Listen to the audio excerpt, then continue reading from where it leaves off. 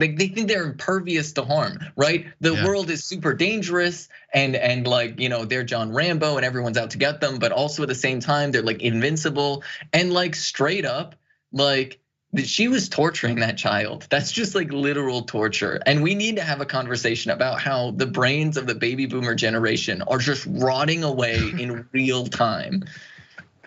First it came for the fascist America, now the baby boomers rotting away brains. Jesus. So this whole thing happens. I mean, maybe this is the mindset of storm chasers. You're in Minnesota, right, Ben? So there's people who chase storms. I'm not sure how much they happen up there further north, but there's people who chase storms, and I've always asked, what kind of mindset do you have to have? Because I've seen a tornado off in the distance, not right in front of my face, and then driving up into it and experiencing it a little bit. But there's something about this fascination with it. And again, I'd never heard the term the main character syndrome, but I enjoy it. Even looked it up, so no, I was gonna say you coined it. But it makes so much sense when people think, I'm gonna film this, everyone should watch this, watch how well I survived this whole thing. Yeah, no, seriously. And it's just like, it's really horrific, it's really nightmarish. There's a lot of people in the Midwest who like will watch tornadoes. Most people are responsible, and when it gets to a certain point, they'll like go inside and go in the basement and stuff like that. Most people are not going around driving, but I feel like these things have been getting worse. Like, to be entirely honest, like especially like here in the Midwest, like people's driving has gotten worse. They're driving more recklessly and selfishly. Like something over the past like few years, especially since Donald Trump lost the election, has led to just like, and to be clear, it's not all baby boomers. It's mostly like these conservatives. Shamed you into it. Yeah. I didn't mean to. I like it. Fun times. Fine. Okay. I appreciate you. We'll let the comments deal with you later. Thank you, Ben, for joining me. Of course, Twitch Fridays, Galaxy Brain. Check out all the. You guys learned a lot today. I'm sure I learned 3 or 4 things from you today. So I appreciate you being with us on a very special Wednesday. Thank you guys for being with me as well. I'm gonna keep my ass sitting in this same seat right here. I got a whole cup of water because I'm staying in and hanging out with John Iadarola next on the Damage Report for Big News Wednesday. Let's call it Birthday Wednesday. We'll see you guys in a couple seconds, and also tomorrow on the show.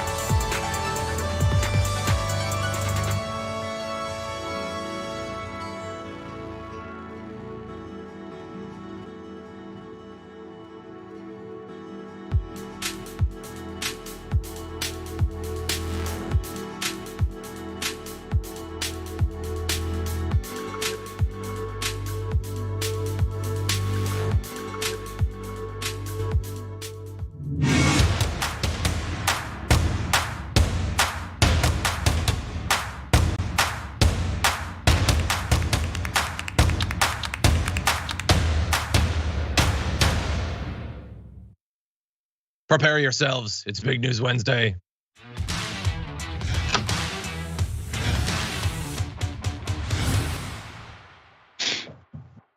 It is not, however, just Big News Wednesday. It's Big Birthday Wednesday with Jayar Jackson, the birthday boy. I guess that's the big leadoff breaking news of the day, Jayar. Happy birthday. If you guys didn't check CNN, Google search, you missed the news because it's headline type of information, just to make sure you guys know. Fox News, it's important news, even ran one. They're like, you know what? It's a different day. It's a different kind of day.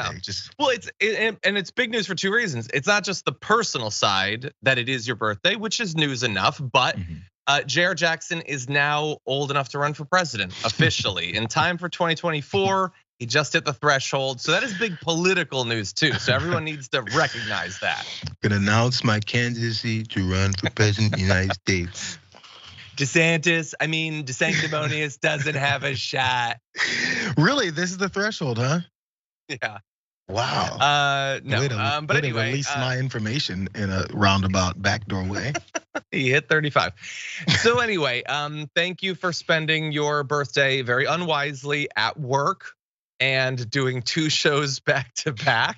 Yeah, so you know what? Doing 2 shows back to back, or then doing a 3rd show and then a 2nd hour, then a bonus episode is insane. I would never do such a thing. Exactly. No, I was complaining about something earlier in the show, and Jayar is in the process of doing basically what I was complaining about, but without a break between them. So anyway, thank you for doing all that on your birthday. It's a horrible present you've given to yourself, but that's what it is. So anyway, what I can give you, what's that? Nothing, I'll wait. Okay, the birthday presents I'm gonna give you, some interesting news. Not only having to do with the right, like trying to grapple with Pence throwing a document-sized grenade into their plans to take down Joe Biden, I guess. Could we be looking at President Mansion? We'll consider the possibilities.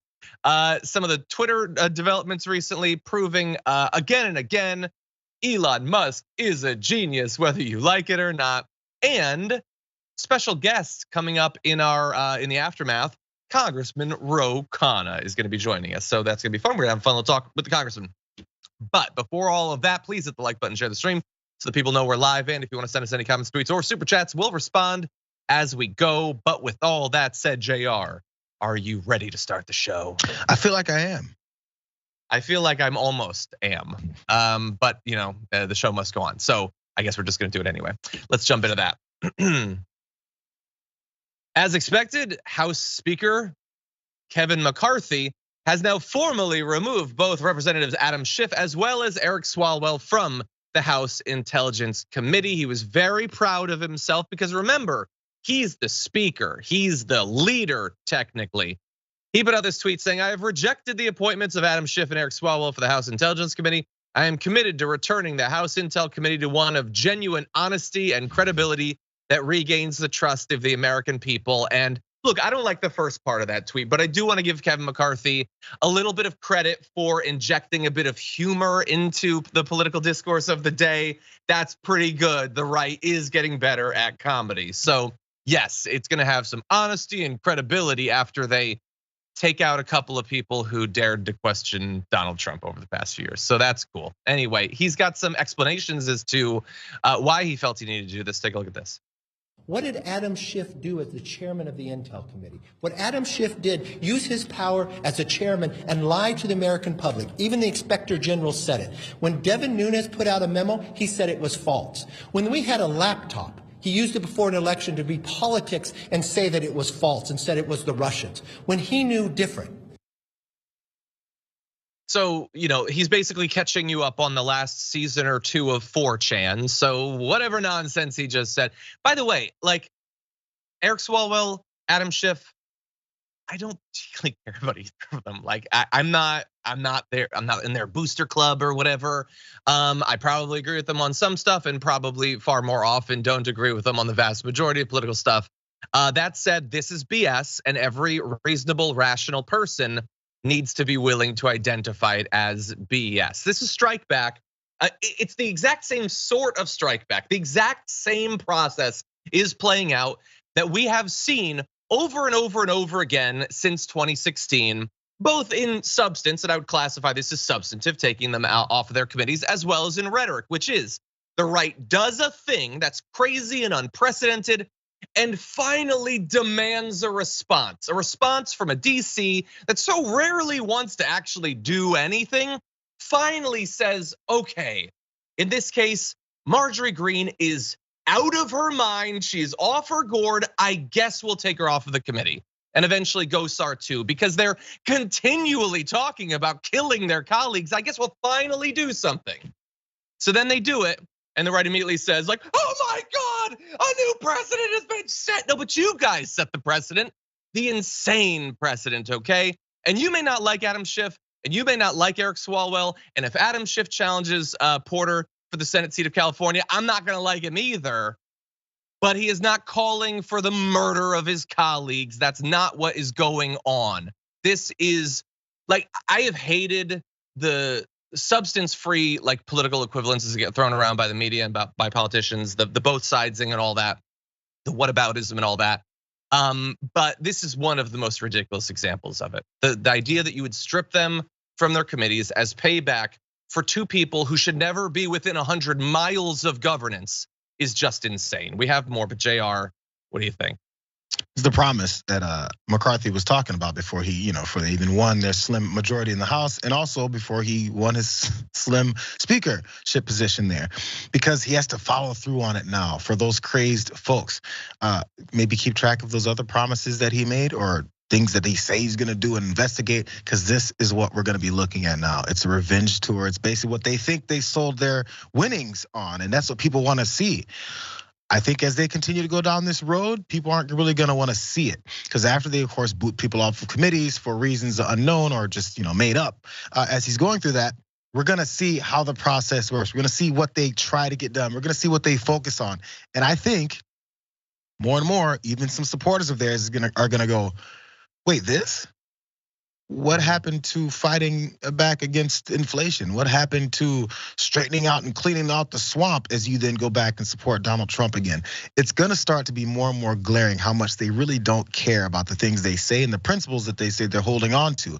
And then if the opposing politicians are smart, they'll continue to point out those folks who he did put on these positions, and when they did get kicked off, the things he now supports. So he supports people going to Klan rallies and following behind Nick Fuentes and then posting videos of murdering your colleagues. Because then if someone else does it that's a Democrat, they'll lose their minds, pull their hair out. But one last thing, you can know, I think it was Adam Kinzinger, he called Kevin McCarthy a piece of excrement, said the full expletive word there when he was talking about him. It's because he's only looking for power. And part of that was exhibited by as he showed this anger in that press conference or when he's behind the mic. I got rid of Adam Schiff for this reason. Like, come on, bro. Ted Cruz tried that already, and when he was slamming the podium, nobody's buying your fake anger. What are you so mad about? You're in control, you're in power. You got rid of the guy. Shouldn't you be smiling? No, there's this anger he has to try and portray because he's so serious about this. In reality, he's BSing. No, 100%. It's so like Ted Cruz is probably, I'm glad that you brought that up because he's probably the best example of like, we can see who you are. Come on, like who are you trying to kid? But Kevin McCarthy also, I mentioned to Jayar like a couple days ago. I've recently restarted watching a little bit of wrestling, and the thing is, sometimes someone tries to play a character, and they clearly aren't that person, and so they get booed. The fans don't accept them. The difference between wrestling and politics, though, is the wrestling fans are way more perceptive. Like they can look at these people like, you're a weenie. You're never gonna convince me you're not a weenie. Stop screaming. You're just a weenie. You're just a weenie that's louder now. You're not tougher. You're not scarier. You don't have more gravitas. But the difference is that the Republican base, they'll like this. They'll like this so much that they will ignore the fact that, oh wait, wasn't there supposed to be something economic? Weren't we saying something about being left behind? How is this helping me? How is any of this helping me? They won't think about that because they'll think, yes, we got him back. I assume that Marjorie Greene and Gosar being taken off was purely partisan and wasn't obviously necessary. I just accept that and I will never allow you to convince me otherwise. And so now we finally have payback. And so you could just leave me out in the cold. No insurance, no retirement. I'm gonna lose my house, whatever. But I'll be happy out there because I'll have my revenge. That's what's going on.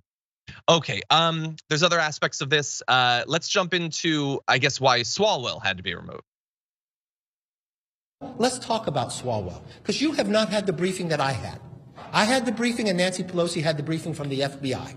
The FBI never came before this Congress to tell the leadership of this Congress that Eric Swalwell had a problem with a Chinese spy until he served on Intel. So it wasn't just us who were concerned about it. The FBI was concerned about putting a member of Congress on the Intel committee that has the rights to see things that others don't because of his knowledge and relationship with a Chinese spy. They brought it to the works of the leaders. I've got that briefing. So I do not believe he should sit on there.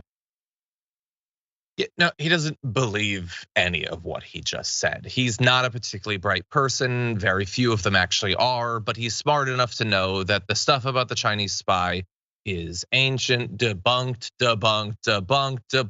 nonsense that only the dumbest, most naive right-wingers online care at all about. It means nothing. And by the way, if it existed, if it was damning, again, I don't give much of an anything about Eric Swalwell.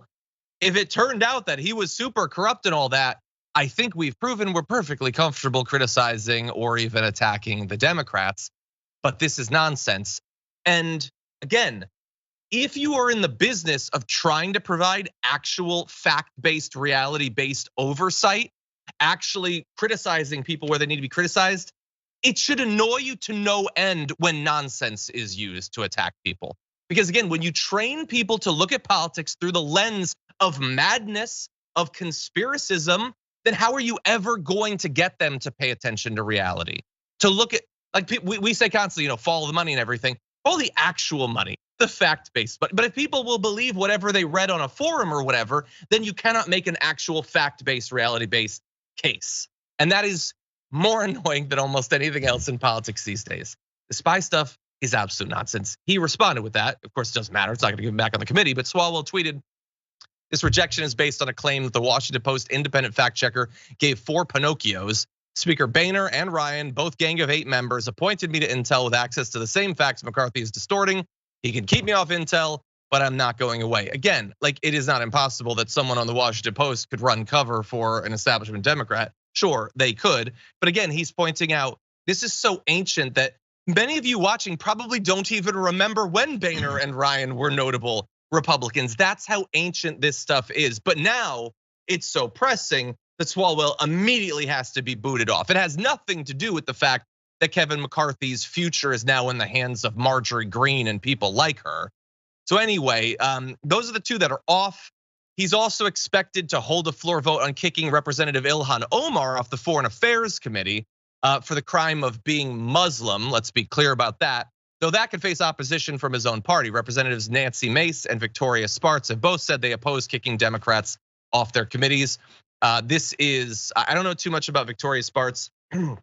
Nancy Mace, this is apparently an actual principled position. Nancy Mace is the worst. She has said some truly reprehensible things, particularly about Representative Ocasio-Cortez in the wake of the insurrection. But here she is being at least something like principled, Jayar. So that's good to see. Yeah, Nancy Mason does that from time to time. She also has some points when they were talking about the debate over McCarthy, and she's talking about Roe v. Wade, and she's very much pro-life, she says, but she also has many exceptions. So she's somewhere in the middle on certain issues, and she's very vocal about those things, so people won't really pay attention to the things that she's is about, which is 98% of every other Republican. But you talked about Kevin McCarthy and how he's not beholden to Marjorie Taylor Greene. Also the fact that he did point out and say openly that he says, "I will never leave that woman. I will always take care of her." Does that sound like a leader that's looking to do something legislatively or something for the country? I will never leave that woman. I will always take care of her. I'm sure your constituents would love to hear you say that about them.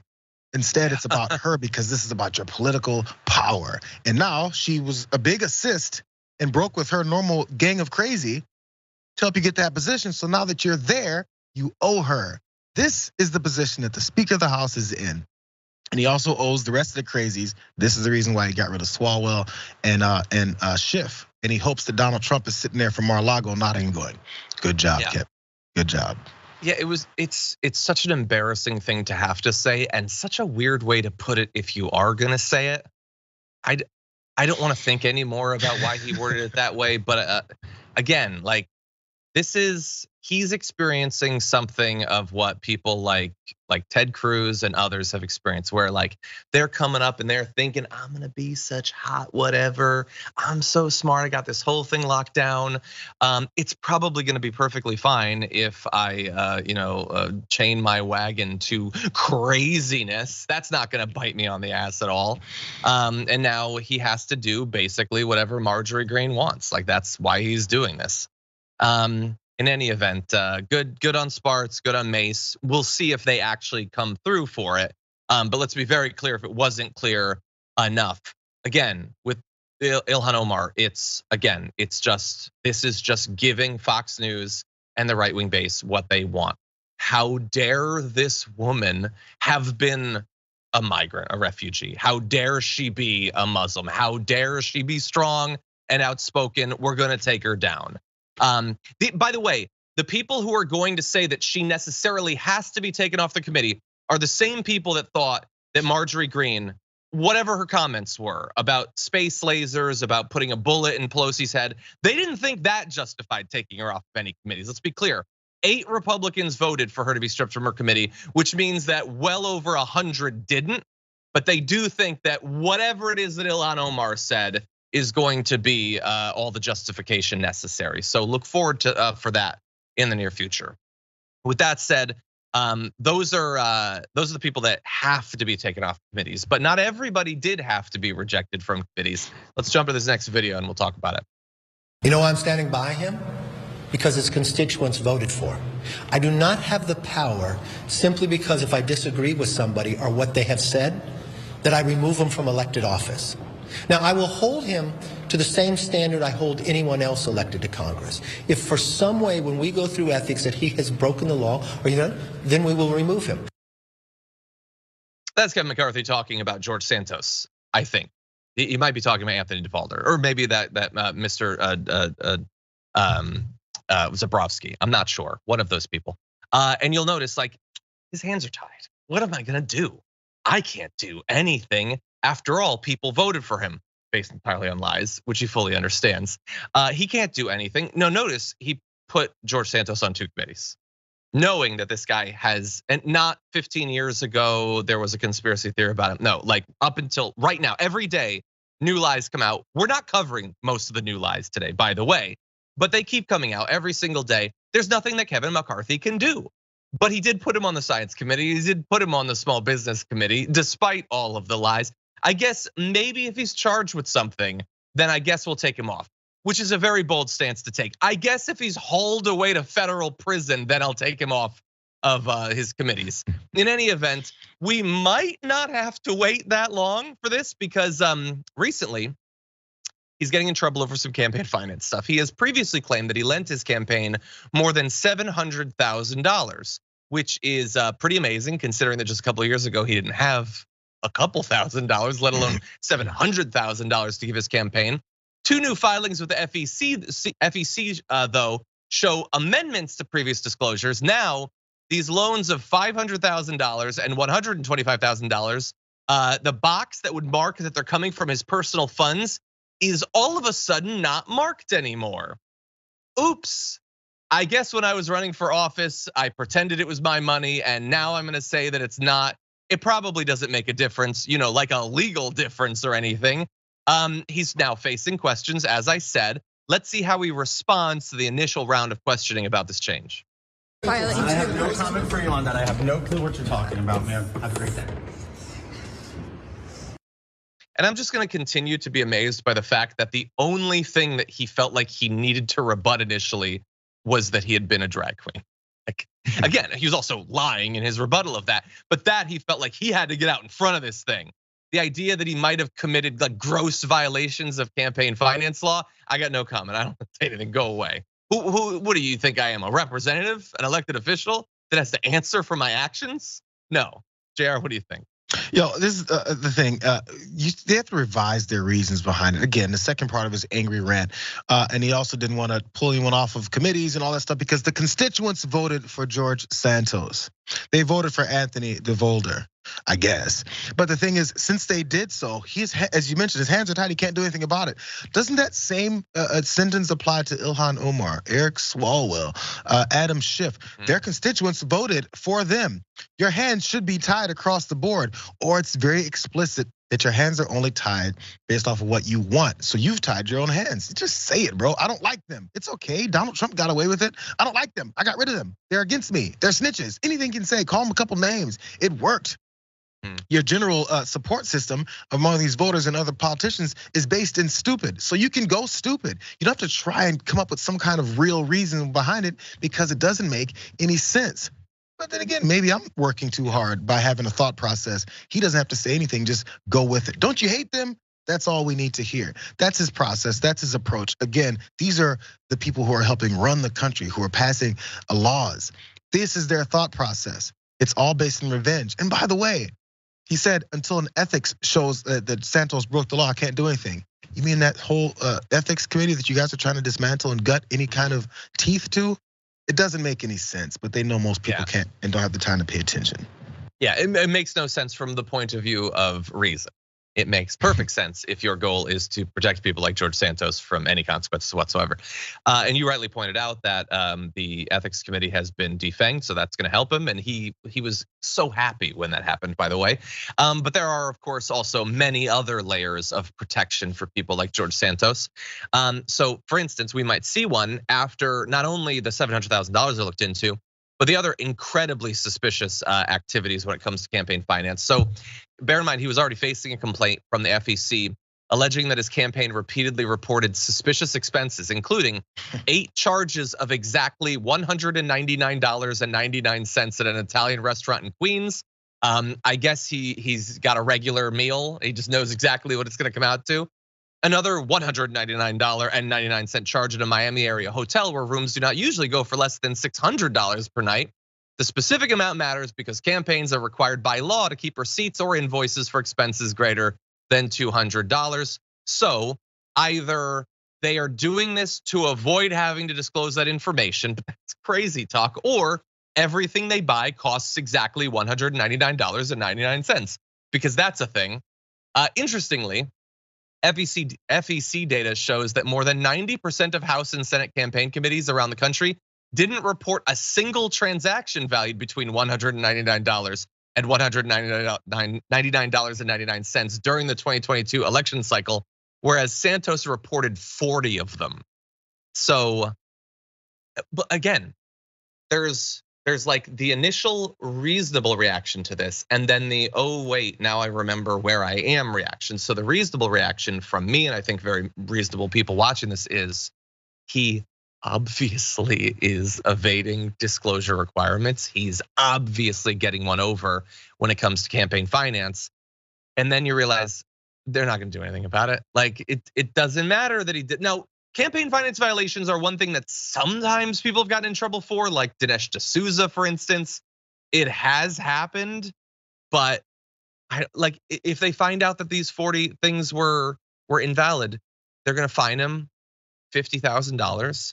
He's gonna get it from Trump or something. Like they're not gonna kick him out over this. I hope that I'm wrong, Jayar, but I cannot believe that even this obvious repetitive violations of the law will result in him losing his position. He needs him. The majority is very slim. He needs him. That's the bottom line. Yep, 100%.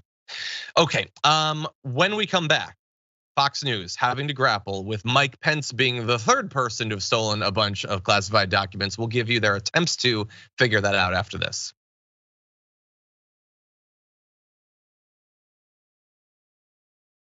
Okay, everybody, why don't we see what's going on out there in the audience on this big day of news and birthday festivities?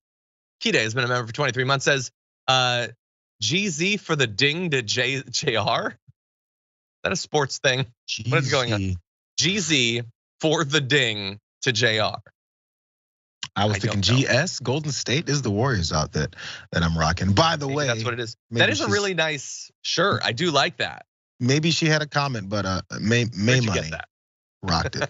Apparently gave it to John. I said this on my show too. I got to show it off here too. It's a nice little hoodie, but no hood. Funnily enough, I haven't seen a message from May. I don't know if she's in the audience right now. And there you are wearing the present. So anyway, Viking Dragon member for 2 months says happy birthday, JR. Thank you, Viking Dragon. Thank you. Sailor Digurn's been a member for 2 full years, says we've gone a month without a single new top 10. I get that there were holidays, but why not work on it some other day? So yes, no, well, there were holidays and then there was a personal day. So we are going back to that. I will ask that you please be understanding about how busy those other days. I wish that I just had a bunch of time to do extra content. If you'd like, I can tell you what my day to day is gonna be like. So I apologize. We are going to be resuming those. I just haven't been here for Mondays. And it's very difficult for me to ask fill-ins who are already doing me a major assist by filling in on the show to also then do the top 10s as well. So I apologize, more are coming. All I'm hearing is excuses, Iadarola, just saying. Well, I would classify them as explanations, but you are free to consider them excuses anyway. James Cruiser, the Fuzzy Dragon, has been a member for 25 months and says, big birthday Wednesday. Happy birthday, JR, or should I say future President Jackson. I'm only running for office if John does, because I've been pushing him for that for a minute now. He's gonna start in Congress. Can we both run for president against each other and just act like we're the only 2 candidates running? We just do debates, we don't invite anyone else, we don't look for endorsements. We'll fight, call each other out, and one of us will pick the other for vice president. It doesn't ever happen that way. I do like it. That'll be, yeah, I'll have a heel turn. I'll become your like attack dog VP candidate. Anyway, Matt Sella gifting 10 memberships on YouTube. Thank you, Matt Sella. How nice of you. All hail Matt Sella. Dragon Dancer has been a member for 25 months, says, hey, milestone chat on Big News Wednesday, AKA the only day I get to watch live. Long live the Thunder, much love from me and the pups. I immediately want to see the pups. I appreciate that, thank you, but I want to see them. MR, no, we read the comments too. I just saw your comment. So anyway, Bob Treesh, member for 4 months, says, thanks for the show, John. You deliver the news and keep me sane. Happy birthday, JR. When will you run for president, JR? There's a lot of interest. I don't know why all of a sudden it's a big topic of conversation. I feel like I'd be more comfortable. Like I'd rather you win than I can I like being the one who's talking all the trash that no one else can really pin down. Okay. You be the big important guy. Oh, I like the idea of that. Amber Fritz sent in a super chat saying, happy birthday, JR. Mine was yesterday. I had to work too. Heart you guys. Happy birthday, Amber Fritz. Sorry. Aquarians unite. Exactly. I'm assuming I'll be working on my birthday. We'll have to see. Okay, over on Twitch, Ayalana has been a subscriber for 24 months, says, just want to say happy birthday to JR and my husband who shares it with him. Hope y'all both have an awesome Wednesday. Well, thank you. Your husband is an amazing person, must be. I hear that. Tie-Dye Terra Dragon, subscriber for 14 months, says, OMG, my 14-month sub anniversary. Happy birthday, JR. Working from home because of the heavy Indiana snow. Dish stopped working. Router is spotty and making you guys cut out, and my drafting program keeps locking up. That sounds like a rough day. Well, hopefully you'll hear this. We have more news for you. Nothing like your voice starting to go out. Yeah, that person in Indiana definitely makes me remember why I left the Midwest and why I'm living in Los Angeles, where we deal with earthquakes at 4 o'clock in the morning, like today. I did hear about that. I did feel it. I never do. Yeah, I occasionally miss snow, but what I don't miss is that bad snow. Having to dig your car out and scrape your windows, and your hands are just like twisted red claws. Hey, you know what I haven't owned since I was 18 years old is an ice scraper. I saw one of those randomly, and like I was up in Big Bear in the mountains. I was like, oh man, look at this relic. Yeah, seeing an ice scraper is like seeing like an original NES. It's like, oh yeah, I remember that. Anyway, people are. Well, I have a response, Jonathan. I'll get to your comment during the next break. We should probably jump into the news before I lose the last remnants of my voice. Let's jump into this. I mean, Pence, seriously. Yeah. We have this great thing going with Joe. Yeah, and you just ruined it. And come on, man. Yeah. Well, what are we gonna do? And then he confessed to it. Yeah. I mean, he could have just destroyed it. We never would have known. And we have to be fair and balanced and show both sides. I know, now we have to show both sides. And you know Pence is so clean. He's so squeaky clean. He is clean. It's nothing like the real bad documents that Joe Biden was squirreling away. Do you think he just wanted to be included? There's the five just having a little bit of fun and joking about how this Pence document scandal is inconvenient for them, and joking that he should have just shredded the documents, and joking that it's not as bad as Biden's thing. And when I say joking, I mean that like they had that tone of voice, but other than that, they were 100% serious. I was saying in our production meeting this morning, it's one of the reasons I don't really like talking about Jesse Waters, because like he doesn't even do the thing that the rest of them do where he pretends to believe the stuff he's saying. It's obvious and honest coming off of what he's saying. Yeah, he just wishes Mike Pence had shredded the documents. He doesn't care that Mike Pence did this. He does find it to be inconvenient in their partisan, ridiculous attempt to take down Joe Biden while pretending Trump didn't do anything wrong. And when he said there like, oh, Joe Biden's stuff is worse, it is clear that he doesn't actually believe that. Now, they're gonna go forward because again, it's a joke, except that they mean it 100%. They're gonna continue to attack Joe Biden on it. But this is how they communicate about this. They're perfectly comfortable telling their audience, all of this is fake. We don't mean anything we say. We just wanna take down our enemies or the people we tell you are your enemies. That's it, and that's how we interpret literally everything. And the reason they can say that is because their audience wants that same thing. Like their audience is not a right-wing version of you watching this. They don't hold the same values. They don't care if what they're saying is true or right, if they are actually holding a position of moral superiority. They just like to feel like that's the position that they're holding. That's it. It's all about power. That's all it is. And so Jesse Waters can go on to say something like this, and he doesn't care that this, what I'm about to read you, makes no sense whatsoever. Biden looks suspicious. That's the difference here. Pence found documents. Box was still shut, put them in a safe, handed them right over. Trump had documents. He's allowed to. He's president. The librarians knew he had them and he admitted he had them, but Biden's been caught with documents all over. He doesn't need to pretend to believe any of that stuff. That's why he's doing such a bad job of making the case. Pence found documents, but don't worry, the box was shut. Oh, okay, well that does make a big difference. He handed them right over, exactly like Joe Biden did. Joe Biden and Pence apparently did the exact same thing.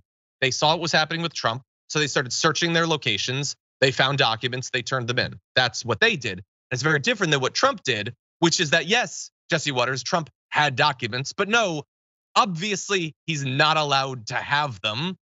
He's president. He wasn't president when he stole them. You know that. I think that you should be able to understand that. The librarians knew he had them and he admitted he had them. They tried for 18 months to get them back and he refused to hand them over. You know that.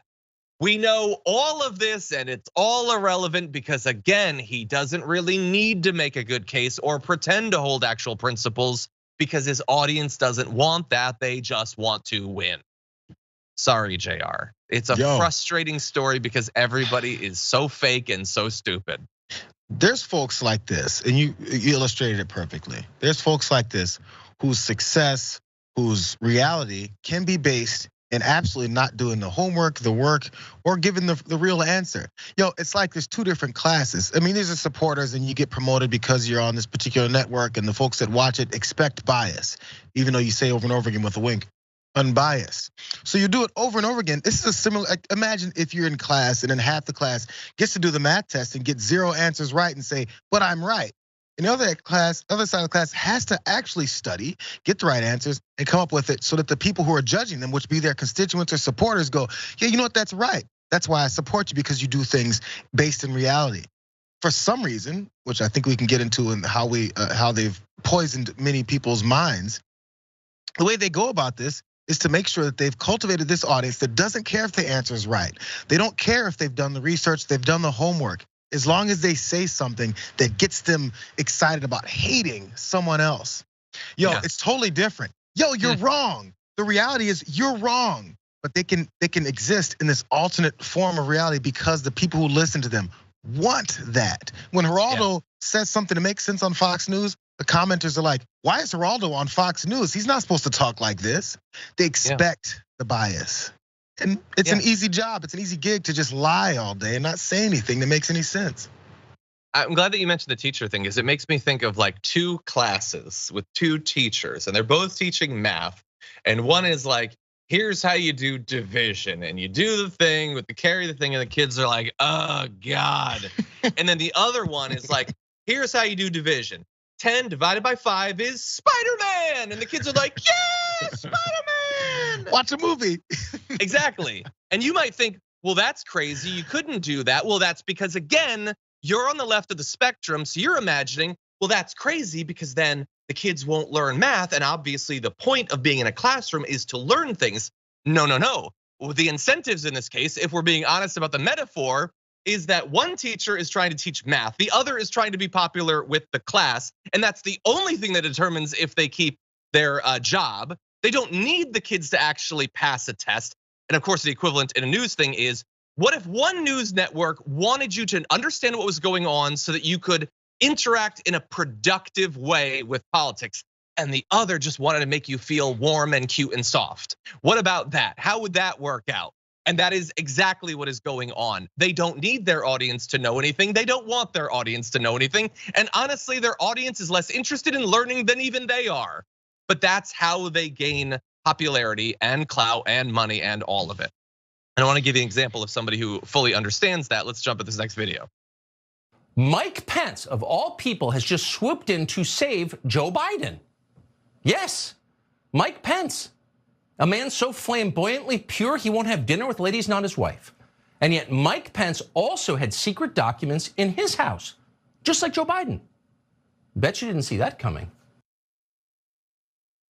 Okay, so let's first note, of course, that there has to be a casually homophobic comment. It is Tucker Carlson. He was raised by a homophobic and transphobic monster of a father, and he doesn't have the brains to transcend that. So he's just going to internalize and hold on to that homophobia for the rest of his life. But the rest of it, of course, is absolute nonsense. The idea that Mike Pence decided to search his house for documents, has turned them in to save Joe Biden, is so stupid that one would hope even a member of Tucker Carlson's audience would be able to see through it. And I don't just mean that obviously he wouldn't want to save Joe Biden, but if the idea that he is putting forward is that somebody coming out with a revelation that they have documents that in theory they didn't need to reveal is meant to save the person that came before them in this ladder of scandal, well then I guess if Pence did it to save Biden, then Biden did it to save Trump, I suppose. Why did Biden reveal it? Why didn't Biden just shred the documents?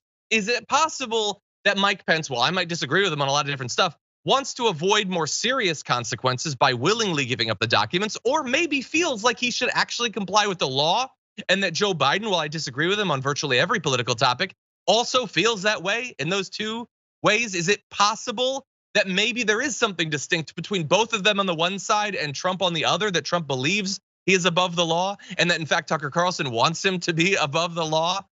But anyway, no, that's not convenient. So Tucker goes on to say, we can't say for certain, but it's entirely possible. In fact, it's likely that Mike Pence was asked to do this by federal prosecutors who are trying to build a case against his old boss, Donald Trump. The point would be to show that not every federal official walks off with state secrets. Donald Trump was uniquely evil in this regard, as in so many others. He does his condescending voice. First of all, if your idea is to show that not everybody has secret documents, it's a weird plan to do that by showing that you have secret documents. So I don't understand what the hell that's supposed to mean. But again, this is why I feel kind of bad for Alex Jones recently. That is exactly as stupidly fact-free conspiratorial as anything that Alex Jones would say, but it is convenient to believe it, and so he just says it. Mike Pence putting forward that he has these documents is a behind-the-scenes chess game designed to stop Trump somehow, even though Pence stood by Trump's side for literally years, has barely even criticized him after the guy tried to get him murdered. But again, he reveals this, and that is inconvenient, and thus he is a traitor. Jayar, I hate it.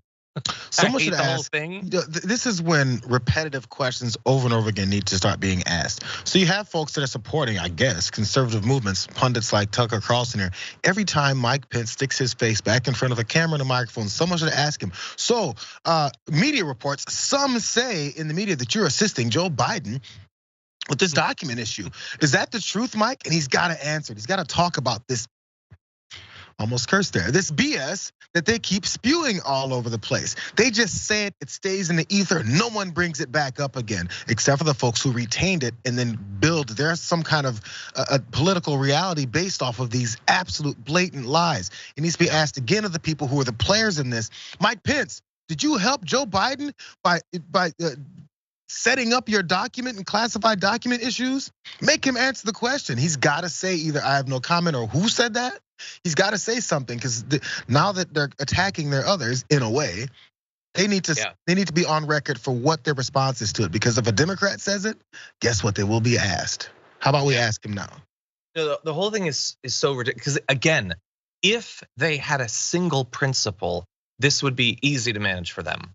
They would simply have to state what they want the standard to be and then apply it.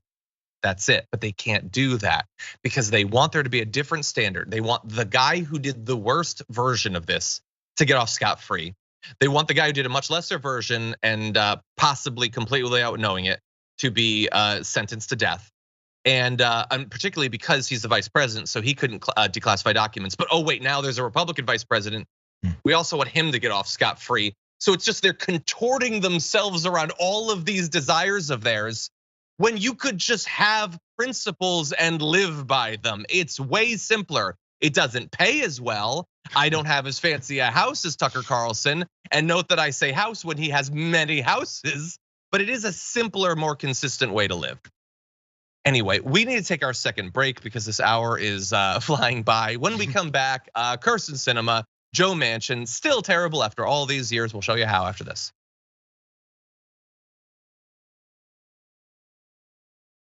Oh, the news. Okay, let's see. Night Parade Dragon member for 5 months says, just want to give a shout out to my buddy, Lachlan Brightshield Paladin of Soon, who was killed in a domestic shootout in Washington, was a good cop. Oh my God, they buried the lead on that. I am so sorry to hear about that. Obviously, you've been playing D&D with them. That is terrible. Again, endless gun violence. Very sorry to hear it. Tammy Jones has been a member for 17 months, says, John and Jayar finally caught you live due to a snow day. Thanks for making my Wednesday brighter. Hey, see, the snow is helping out some people. It's ruining the internet connection of others, but glad to have you here. The indisputably watch, it unfortunately cut off, so I can't say the rest of your name, but I'll call you indisputably. I hope you let me do that. Gifted a Damage Report membership on YouTube. Thank you so much for that. Okay, let's see. Jonathan Toten, member for 21 months, says, you two can run on the promise of combining Voltron style into super progressive. Happy birthday, JR. Wishing you many more filled with tasty foods.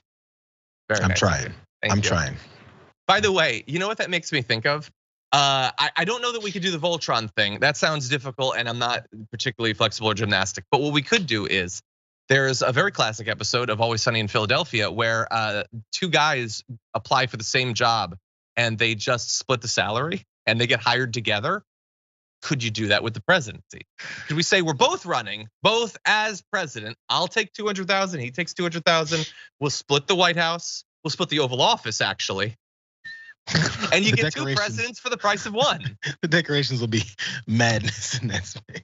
Oh my God, I want someone to make a version of what the Oval Office would look like if we had split it down the middle.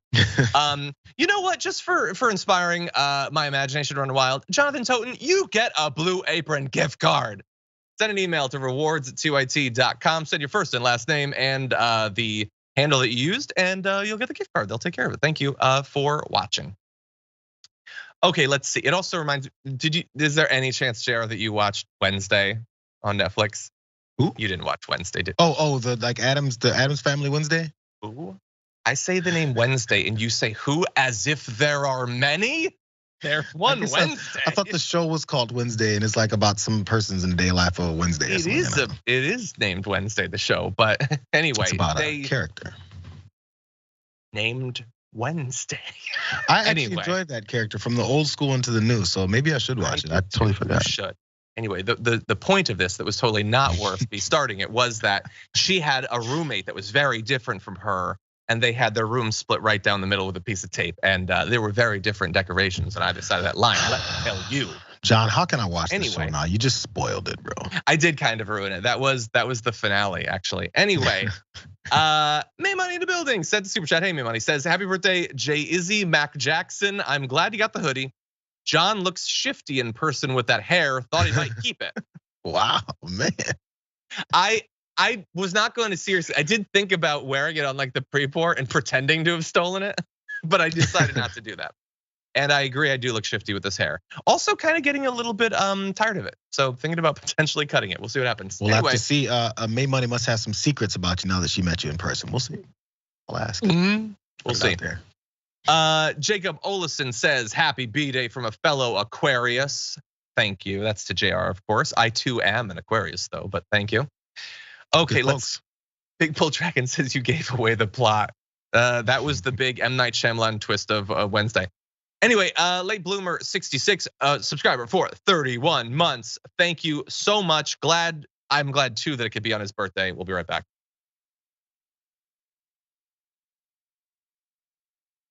By the way, very briefly, to the people shaming me for being an enthusiastic fan of Wednesday, it was like the most streamed thing on Netflix like ever. Don't make me feel bad. It was so popular. They already confirmed a season 2. Is it because it's like geared towards like 18-year-olds or something? Or younger. Yo, that's fine. I still watch cartoons, first of all. That's true. That's true. Okay, I'm not gonna feel that bad. Yes, it very much got the Riverdale treatment. I didn't watch that, but anyway. Okay, with that said, we've got a lot of news to get to. So let's just jump right into it, people. If you run for office in 2024, you gonna run as a Democrat? Chuck, I haven't made a decision what I'm gonna do in 2024. Isn't that fun? I mean, why should the Democratic Party and Democratic voters have any reason to believe when they elect and then re-elect a guy from a party that he won't turn tail and run to independence if he feels like that'll save him? But here's the thing, Chuck Todd is asking Joe Manchin about running for re-election to the Senate. As bad as and as annoying as that might be, what if his eyes were set at a higher prize? Take a look at this. What's on the table? Is re-election on the table? Everything's on the table. Is running for governor on the table or no? No, I've done that. That you've ruled out. I've done that. Yeah. So everything on the table, there's basically only one other thing, the presidency. Is that something you would do outside the Democratic Party? The only thing I can tell you is what I will do is whatever I can when I make my decision, what I think is the best that I can support and represent the people of West Virginia, but also be true to this country and the Constitution of this country. That sounds like somebody that's looking for a way into national politics. Well, every senator's on a national. I understand that, but you know where I'm going. I know where you're going, and the bottom line is you're not telling me no. I'm telling you that I'm going to do everything I can to make sure that when I make my decision, I make it based on what's best, what I think I can do to support and best for my country and my state. We're gonna get to Joe Manchin in just a sec, but I need to stop just briefly for my favorite person in the news, Chuck Todd. This is why so many people dislike him.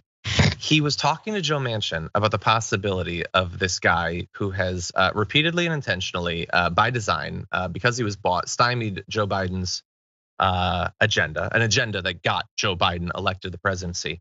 And Chuck Todd was talking to him like he was talking to an actress about a possible pregnancy.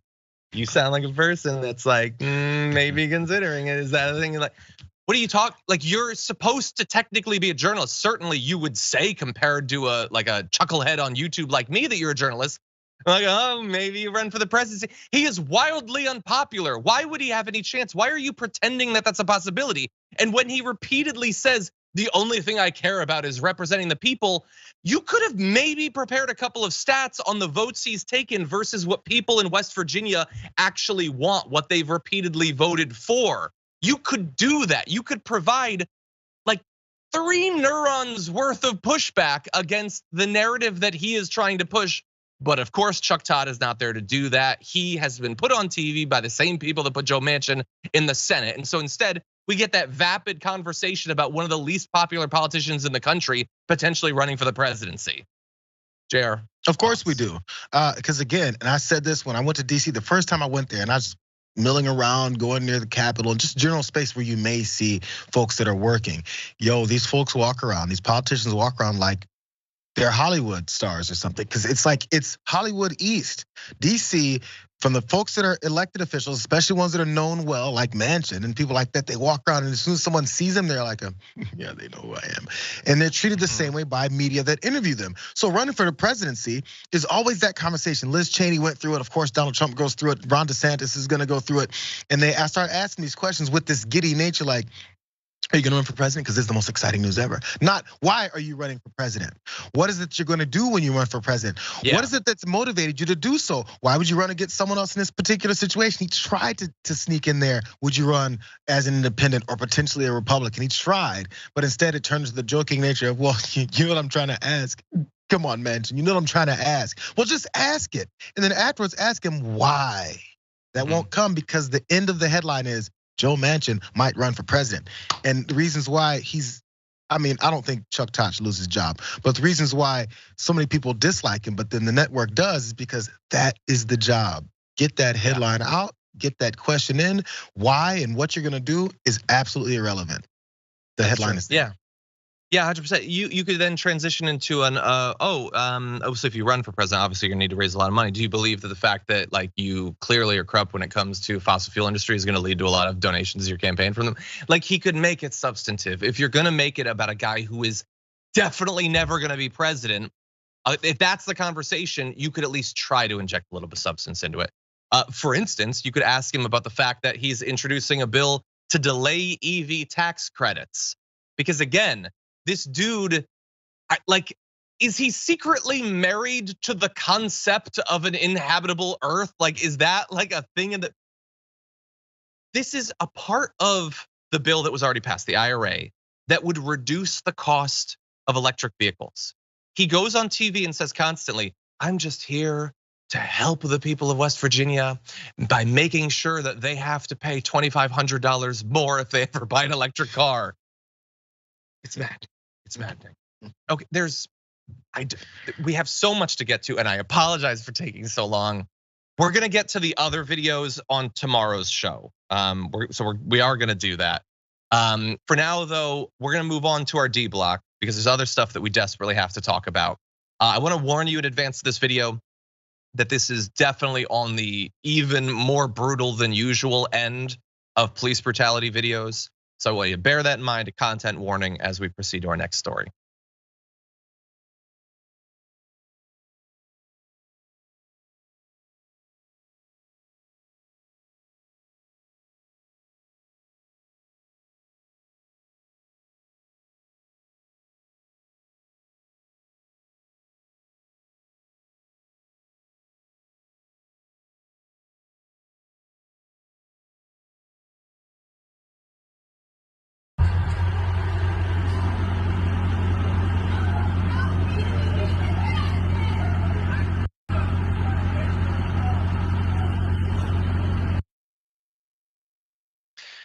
That is a video of a group of police officers absolutely brutalizing a 27-year-old man named Randall Worcester. And this is a case where we're kind of getting the best possible outcome of what you just saw that we can expect, and it's terrible.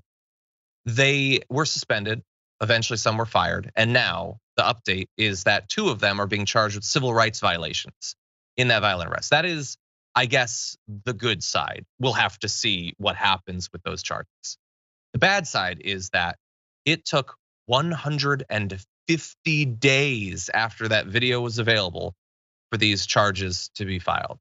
150 days is a lot of days. So they got this guy. They have told stories about why they felt like they needed to do what you just saw. Witnesses say that it's all lies. And honestly, I don't even care, because even if the cover story of him supposedly trying to run or whatever was true, none of that, nothing would justify a guy who is already incapacitated repeatedly being punched as hard as you can in the head. And then when I guess your punches aren't doing enough damage, you pick up his head and slam it repeatedly on the concrete and then say that you didn't do anything wrong and this was totally justified violence. The fact that it would take the investigators month after month after month after month to decide that, oh, maybe we should look into this. Maybe this is something that merits a bit more talk. Jayar, what do you think? I mean, again, you said it's sad that it's possibly the bad news that something is coming down, though. But who knows how much, and how much is this going to change? Again, when we talk about policing and crime and all that stuff, it's about deterrence. How do you stop this from happening the next time? Because those tough on crime folks, those back to blue folks, are always on that line. How do we stop this? Because they've been charged for criminal, I guess this is civil, but for beating the hell out of this guy while they're supposed to be doing their job. When are we going to talk about how do we stop this from happening? Is anyone ever saying that? Instead they go with, look at this, defund the police crowd.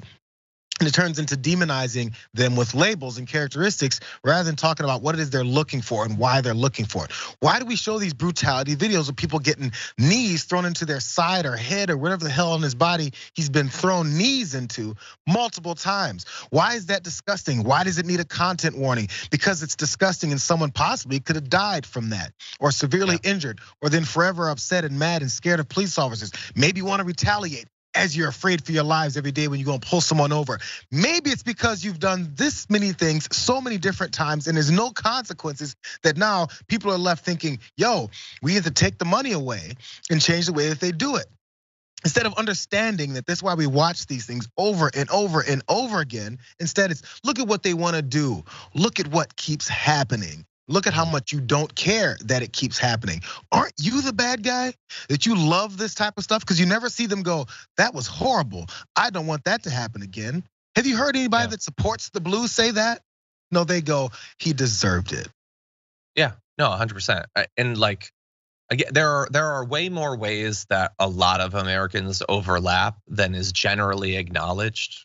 Like, core economic potential policies, those sorts of things have widespread appeal. But there are some significant ways that groups of Americans disagree or differ. There are people who can look at that video and say that was justified. Why? I don't know, some reason. Tell me the reason, whatever, I don't care. Because they like seeing that. They want to see more of that. They love that. They love way more than that. Yeah. They love the head being slammed to the concrete. They love a kid getting an assault rifle, going across state lines and gunning down protesters. They love way worse than just a head being slammed on concrete. How you reform a system that allows cops like that to, up until very recently, always get off and recently mostly get off is a difficult question. How you reform a country that is full of millions of people that want to see more people brutalized by the state, all the while saying that they live free and don't tread on me and all that, when they love watching the boot get placed on someone's skull. That's a far more complicated question going forward. We're actually gonna be talking with Congressman Ro Khanna on the other side of our upcoming break about a possible way to reform at least some of this excess violence out of the police. So thank you to everybody who's been watching and listening on the show so far. We do have more coming up in the aftermath, including Congressman Ro Khanna, so don't go anywhere. Jayar and I'll be back in just a sec.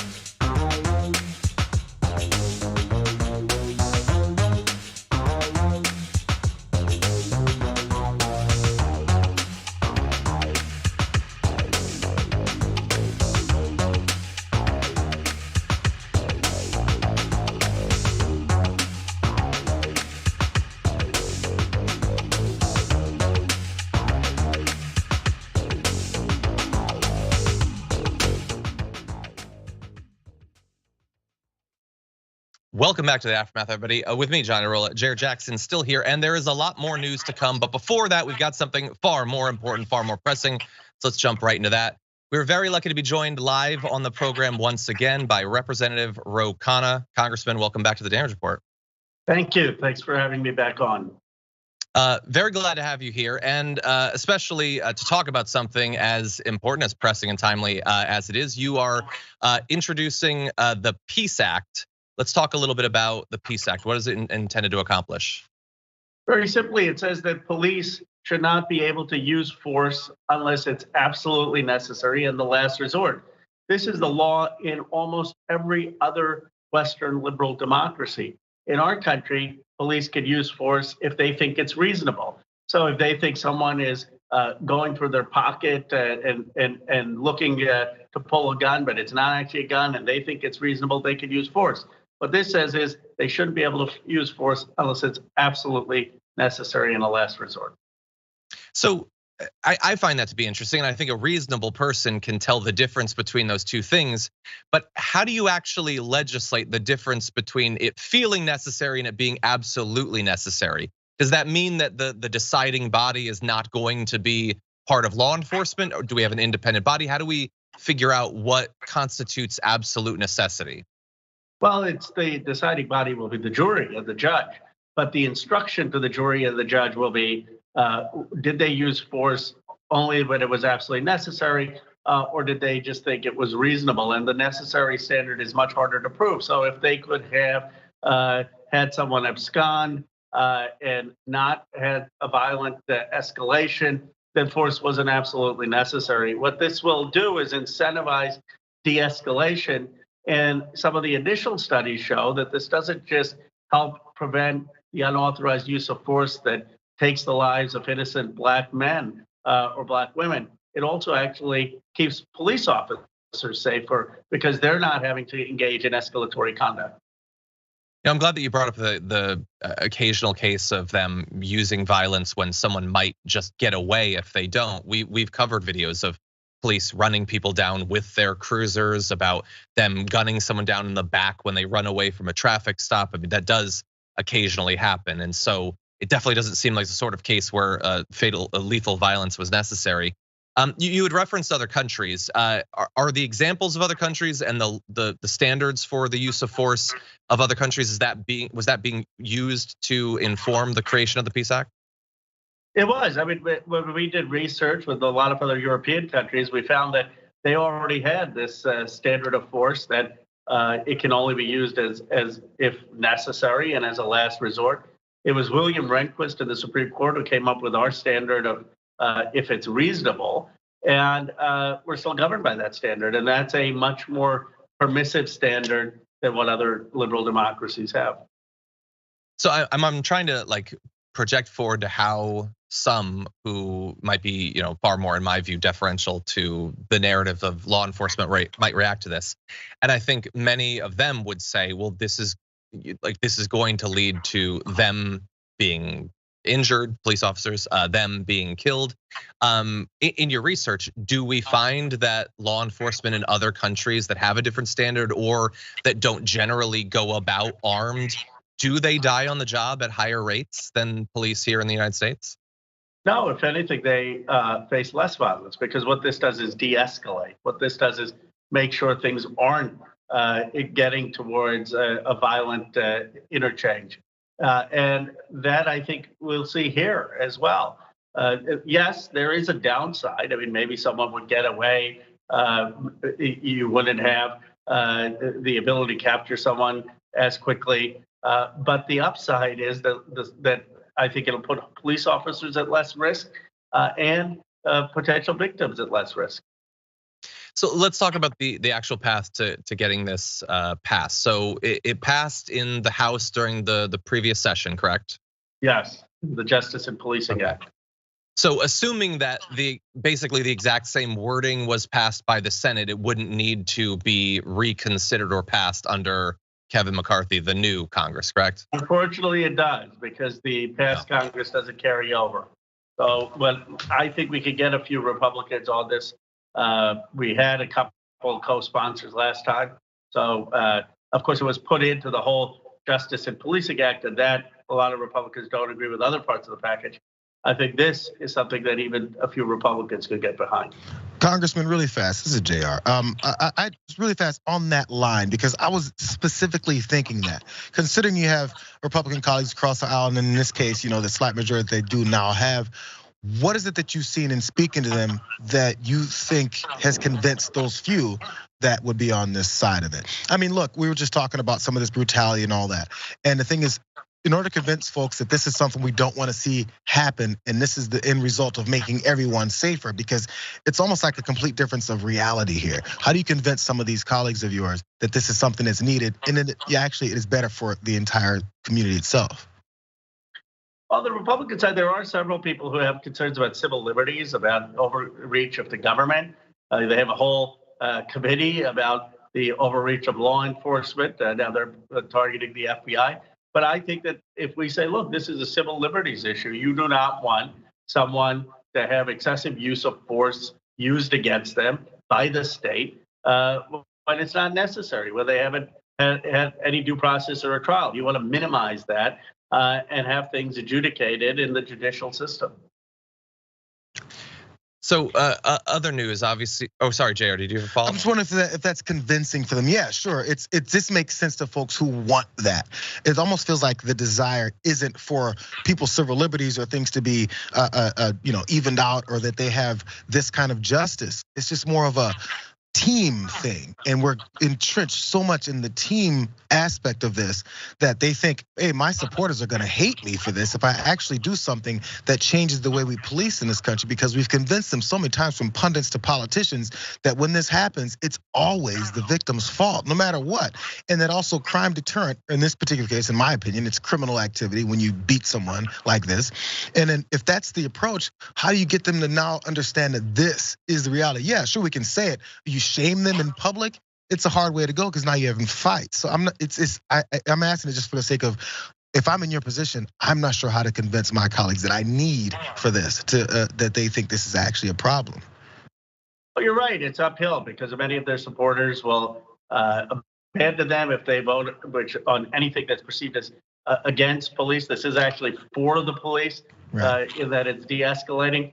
But we have to keep trying. We have to keep pushing. We have to keep making the case.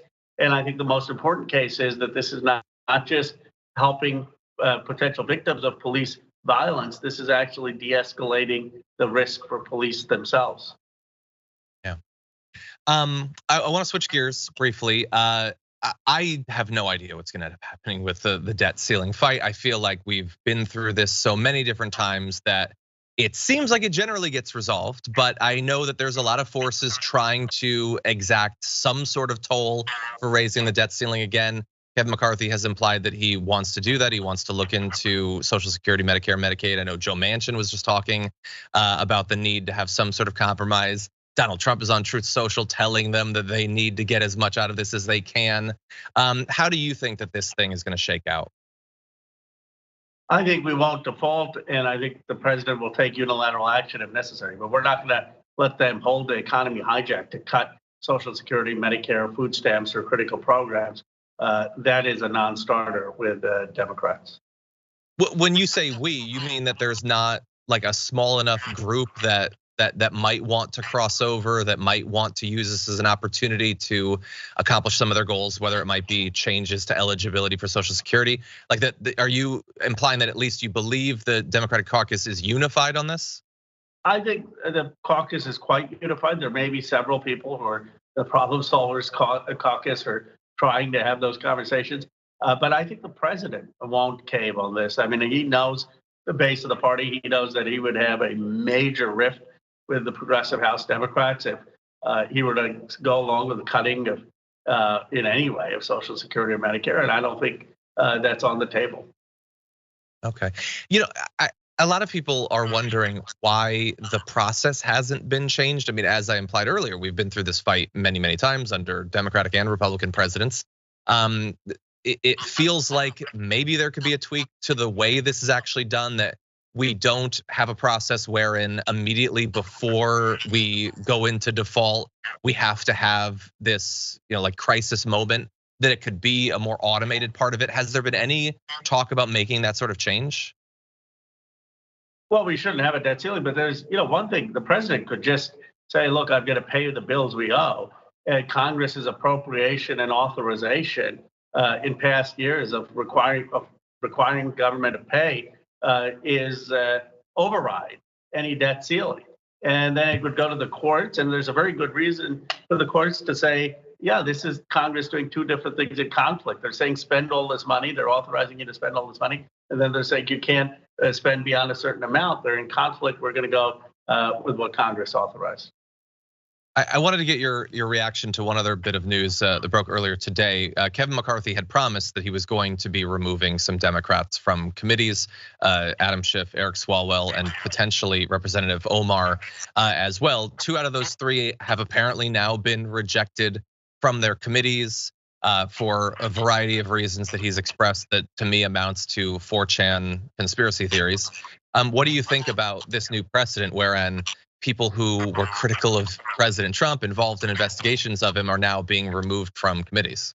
But it's very sad. It's wrong. The only reason they're being removed is because they were critical of President Trump or had different views on foreign policy. It's not like they did anything unethical or illegal. And yet you have George Santos being assigned committees who lied basically in every way to get to Congress. And they say, well, we kick people off committees. Well, no, we kick people off committees if there were threats of violence, if people felt intimidated. But people shouldn't be kicked off because of what they believe. We don't yet know exactly what's going to happen with Representative Omar. I know that there are some Republicans like Representatives Mace and Spartz who I think have said that they're not going to go along with this. But it seems to be a priority for the right. It feels to me like this is just playing into the Islamophobia that's very popular on Fox News and the right wing.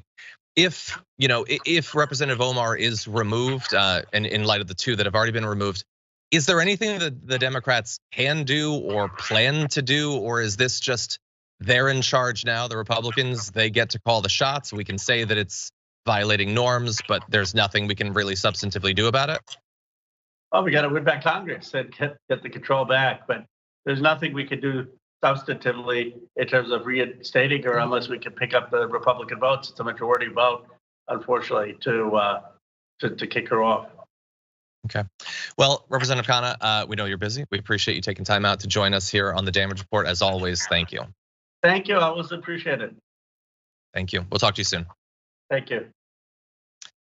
Okay, everyone, we do have other news that we're gonna be talking about in just a minute. First, I wanna respond to some of your comments. I see a lot have come in. Nana Nikki has been a tier 3 member for 19 months and says, happy 11th anniversary, John. I caught some of last night's show. I hear we share a birth weekend. That's awesome. Mine is the 4th. We in fact do. Happy pre-birth weekend. Mina the Singing Dragon, member for 6 months, says, OMG, a very happy birthday to Jayar. Thank you. Thank you. Living it up, became a tier 1 member. Thank you. Polgara the Sorceress Dragon, love those books growing up. Member for 10 months says, I loved Wednesday. Have a wonderful day, Dragon Squad. Thank you, someone's on my side at least. Saberio, member for 16 months says, big news Wednesday, I can confirm. Birds make snoring like sounds when they sleep. She lands on my deck when she sleeps and I felt it. Jende Conur Parrot.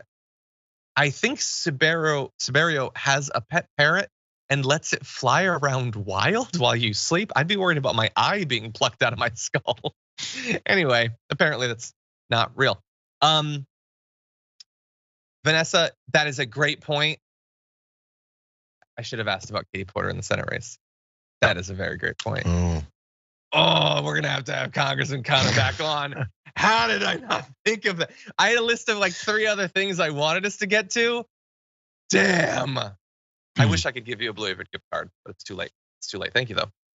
Also, I loved Grumpy Cat's comment that just says, "What the chuck, Todd?" Not bad, not bad. Okay, Matthias says, I support Manchin running on the Republican ticket for president. First time he would be useful and honest.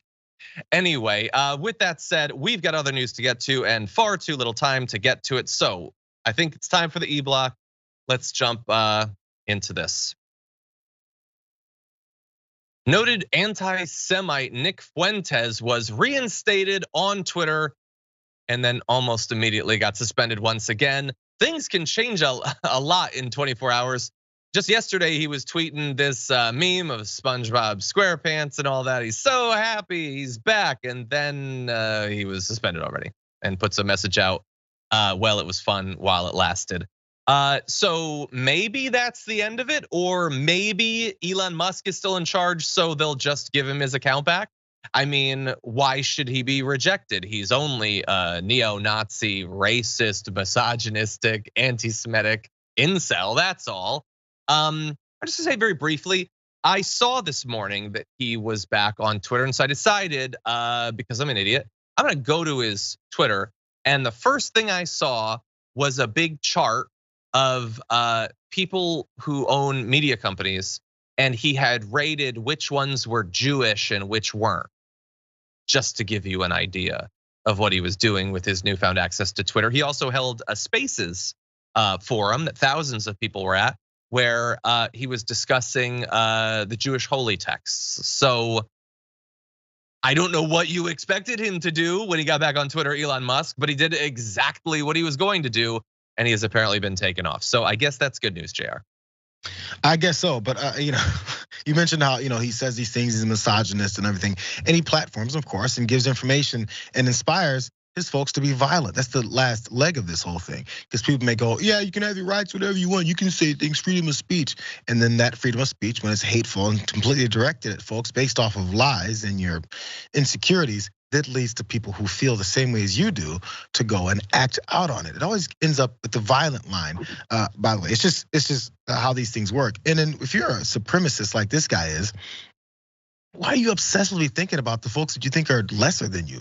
If I think someone is lesser than me, a peon, just an ant on the ground that I can step on, I don't obsessively think about ants over and over and over again. As soon as I get access to Twitter back again, I can't help but to then post about how many ants run this media company. Bro, chill out. What do you do with your life? This is crazy. Like, you're the superior one and you can't stop thinking about those inferior people? Man, this is backwards. I think he's deep down inside, I think he's pretty sure that he's not actually superior, I would guess. Just in case, I always assume too much knowledge. Some people, reasonable people might not know who Nick Fuentes is. Let's give him just a little taste. 8 seconds of Nick Fuentes here, take a look at this. Hitler was a pedophile and kind of a pagan. It's like, well, he was also really cool. So, time to grow up. We're not children anymore, am I right? Yes, we should all take lessons on growing up from whatever that was in that video where he said that Hitler was really cool. He also, by the way, I love that he was like pointing out what the bad things are supposed to be about Hitler. And he left out a few things, I think, but he's perfectly fine with the pedophilia, apparently. He still thinks he's cool. Anyway, it has him being on Twitter or being suspended from Twitter, I will once again pointlessly try to remind the right wing has nothing to do with free speech. It has nothing to do with the First Amendment. Twitter is not the government. You being on it or not has nothing to do with the Constitution, which means, by the way, that Elon Musk can let him back on. Yeah, 100% can. I'm still gonna criticize it because it's awful and stupid.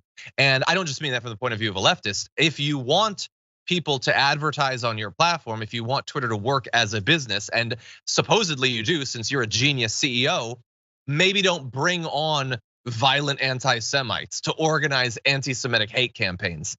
By the way, I saw in December, Twitter's ad revenue was down 70%, probably just randomly. It's probably not due to the decisions that Elon Musk is making on a daily basis or anything like that. Anyway, with that said, we're gonna jump ahead to our last story because there is not enough time. Eventually, TDR is going to have to spread and take up 2 full hours. For now, though, this is the time we have. So why don't we jump into this? Let me know when are we ready to go? Okay, thank you. That's enough about humans. It's time for animal news.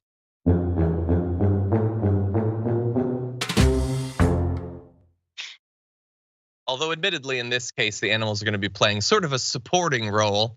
We have an email that Andrew Tate apparently sent from jail in Romania, where he has a number of cellmates: cockroaches, lice, and bed bugs. And I honestly think I couldn't choose more appropriate company for him than those. But here's what he sent I will send you my daily lessons from unjust imprisonment. They are trying to break me. Thrown inside a cell without light. Well, you're typing your email, so I think you have some light. When the guards bring me to and from the courtroom, I stay absolutely respectful. He says, cockroaches, lice, and bed bugs are my only friends at night. They try to pour hatred into my heart, but please and thank you, stick with me at all times. Blah, blah, blah. They can't break me. They know I'm innocent. They're trying to pour hatred in my heart. You brag about loving raping people and how you think that people should brutalize women, okay? I don't think the hatred needs to be poured into your heart. I think that cup runneth over. Anyway, as of right now, he's got his cockroaches, he's got his lice, he's got his bed bugs. And look, I think conditions for prisoners should be improved. I don't think that any prisoner should have to be held in a cell that has various pests and those sorts of things. But I think there's a fairly long line of other prisoners whose well-being and all of that needs to be prioritized first. Maybe we'll eventually get to Andrew Tate. For now, he can sit in that cell and think about the horrible life choices he's made. Jayar, what do you think? Yo, I'm glad you said it that way because I was gonna say we can maybe go back to some of the old podcasts, the platforms these people like this guy have, and remember that they launched these, these advocacy campaigns into the plight of prisoners. Specifically, I guess, since he's there wrongfully, ones that are there imprisoned wrongfully and have to go through torture, have to go through, being in isolated confinement, things like that. Because they're always concerned about these folks until it's them. Yeah, that's when they begin their concern because who cares? If you don't want to do the time, don't do the crime. That's always the line. You throw them away because who cares about those people? Exactly. Yeah, I kind of doubt he was advocating for better conditions for prisoners, not just for him, but also for the cockroaches, lice, and the bedbugs. Well, that's not the only cockroach news. We've got other cockroach news. There is a Texas zoo that is going to give you an opportunity to have a little bit of fun for Valentine's Day. You can name a cockroach, a rodent, or a plant after your difficult boss or your ex, and then watch it being fed to other animals. Here is the San Antonio Zoological Society. This Valentine's join in the fun of Cry Me a Cockroach by donating to symbolically name a cockroach, rodent, or veggie after your not so special someone, and then they will feed it to something. $5 gets you a veggie, $10 gets you a cockroach, $25 gets you a whole rodent, and then eventually that's fed to an animal. You can also do a $150 upgrade for anyone whose ex-partner, boss, or bestie really made 2022 difficult to create a personalized video of the thing being eaten by an animal, although they'll only do that 20 times. I get that you want to go viral as a zoo, but this seems a little bit weird, Jayar. It's gonna get people fired. If these bosses find out about this, like, oh, this is your plans for me. Maybe keep this on the low. Maybe not record it. Don't post about that. Also, as weird as it is to spend your Valentine's Day obsessively like fetishizing the consumption of your ex, doing it about your boss on Valentine's Day, that's weird. What fetish is that you want to see your boss eaten on Valentine's Day? Save that for Labor Day like a normal person. Anyway, that is unfortunately all the time we have for animal news. There was some good dolphin news. We'll have to get to it another time. Jared Jackson, as always, thank you for joining us, especially on your big birthday.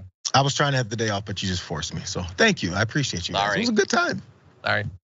Anyway, thank you everyone for watching. I am going to be leading the first hour of the Young Turks later on today with Francesca Fiorentini. So definitely stay tuned for that. She's gonna be leading the second hour, so it should be a lot of fun. Indisputable is up next, but for now, stay safe out there, stay sane out there, and I'll see you soon.